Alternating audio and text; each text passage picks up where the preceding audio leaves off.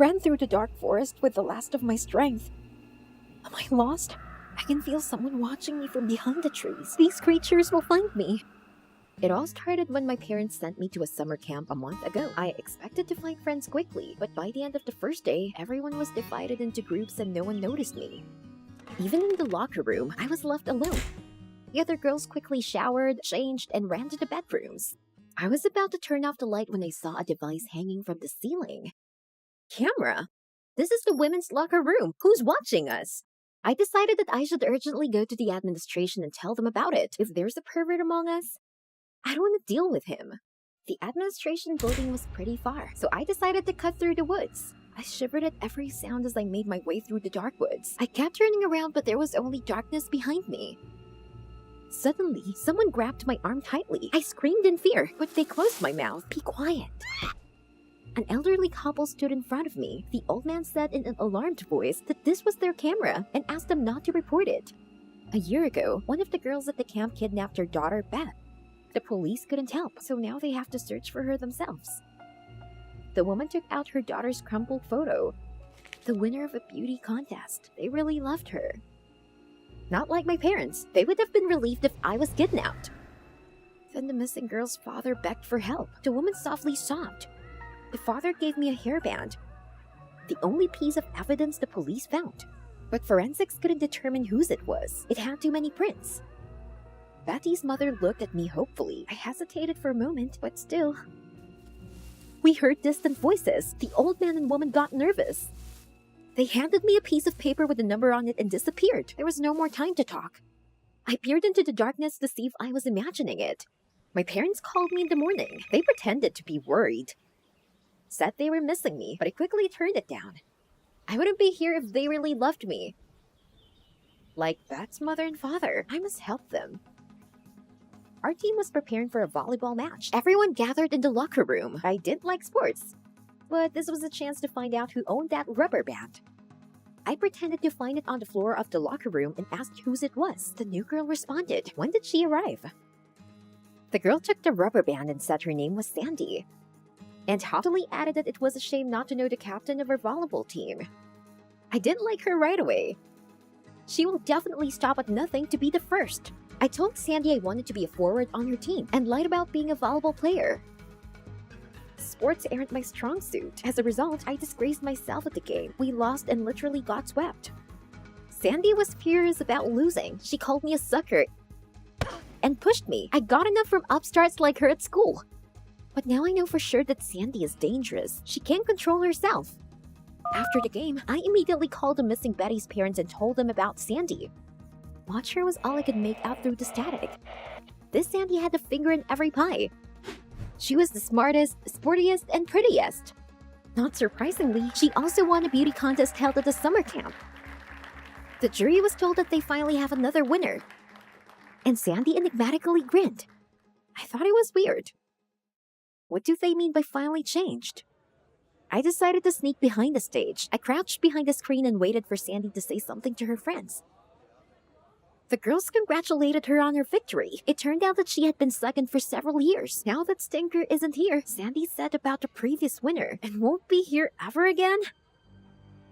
Oh my god, what if she's talking about missing Betty? Because that photo of her was at a beauty contest. Sandy couldn't stand the competition and got her out of the way. That's motive. I backed away in shock and knocked the screen down. Heck! I tried to run away, but I tripped. During that time, Sandy's squad caught up with me. I thought this was the end. Sandy pushed me to the wall. Mind your own business, okay? They threw me out the door, but I wasn't ready to give up. Sandy definitely knew something about Betty. But now I needed more evidence. In the evening, after the contest, I noticed that Sandy didn't go to her building, but turned into the woods. I had to go after her, even though my knees were shaking with fear. Sandy was walking toward the thicket with a shovel in her hand, and sometimes she'd stop and look around. What did she want in the woods in the dark? Suddenly, the phone rang. Parents! Heck!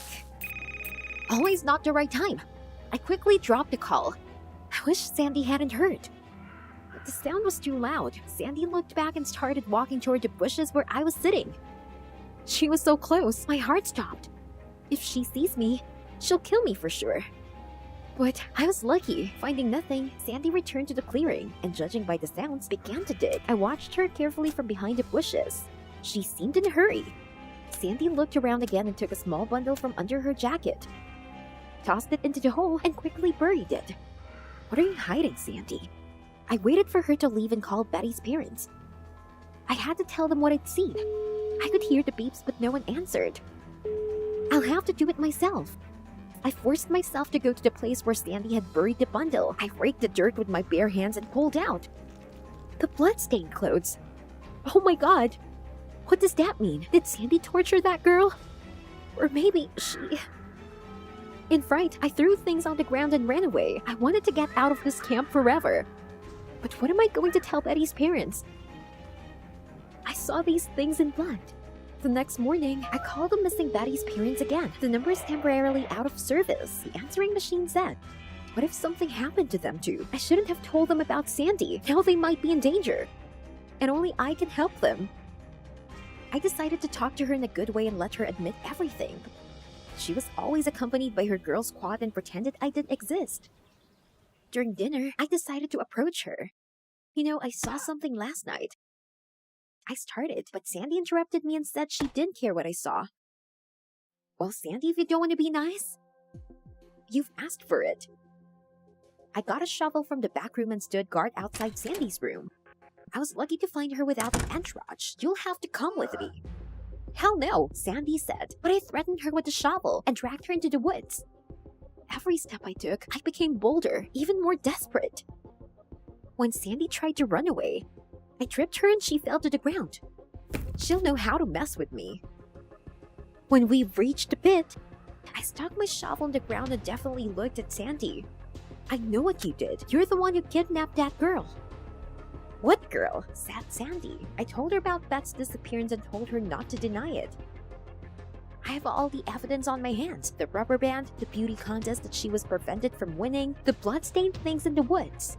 You must have seen too much whodunit films, right? Sandy said nervously. She said she just liked the hairband, so she lied about it being hers. The competition was previously won by the camp director's daughter, and now she's too old to come here. And there is no blood on the things. She smeared everything with paint to scare the younger teams. Sandy's words sounded plausible, but why should I believe her?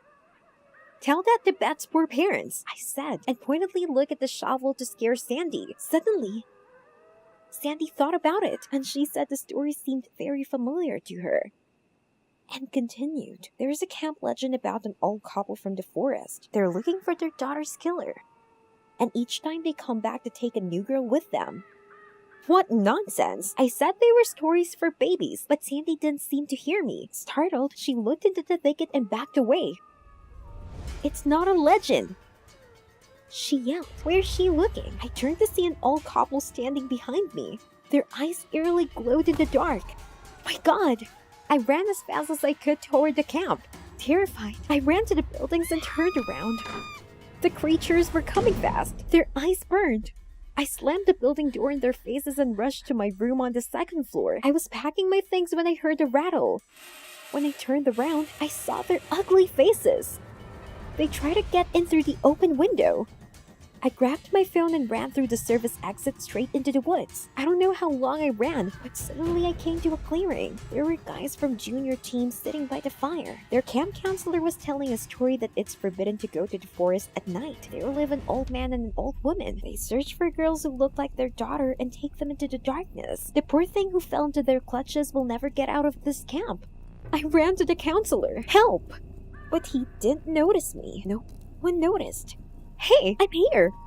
The old man and the old woman were getting closer, but I ran to the bloody camp again. Someone please save me! In a panic, I dialed my real parents' number. Subscriber unavailable.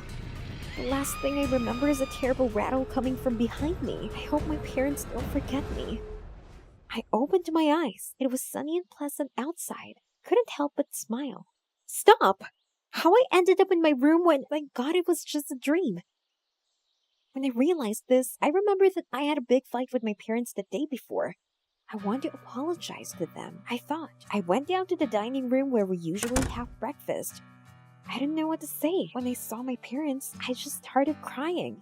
Mom and Dad ran up to me and started uneasily asking what happened. All I could say in response was that I was fine. Everything is fine as long as my parents are with me. And I hugged them tight.